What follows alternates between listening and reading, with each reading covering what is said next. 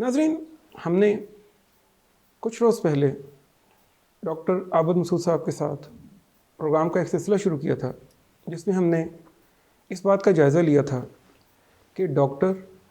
اور پیشنٹ یعنی مریض کا رویہ یا ان کا سلوک ایک دوسرے کے ساتھ کیسا ہو یا انہیں کیا کرنا چاہیے۔ ناظرین، ہم اپنے آج کے پروگرام میں اس بات کا جائزہ لیں گے کہ ایک ڈاکٹر کے کلینک کو کیسا ہونا چاہیے یا کلینک کو کیسے چلایا جائے۔ ناظرین، جو ہی ایک کلینک کا لفظ ہماری سماج سے ٹکراتا ہے تو اس کے ساتھ ہی ہمارے ذہن میں جو پہلا نقشہ بنتا ہے وہ یہ ہے کہ اس کلینک کے اندر ضرور کوئی اعلیٰ تعلیم یافتہ ڈاکٹر موجود ہوگا جو اپنی پوری مہارت کے ساتھ مریض کا علاج کرے گا۔ جب کلینک کے اندر داخل ہوا جائے تو اندر کی فضا ایسی ہونی چاہیے جو کہ پریشانی سے آئے مریضوں کے لیے باعث سکون ہو، وہاں پہ جو عملہ ہو وہ باقاعدہ تربیت یافتہ ہو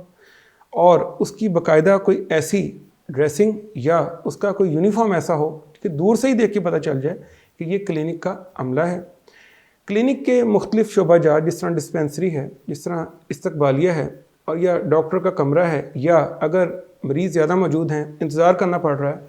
تو وہ باقاعدہ طور پر صاف طریقے سے ان کی وضاحت ہو اور وہاں پر مریض کی رہنمائی کے لیے باقاعدہ لوگ موجود ہوں۔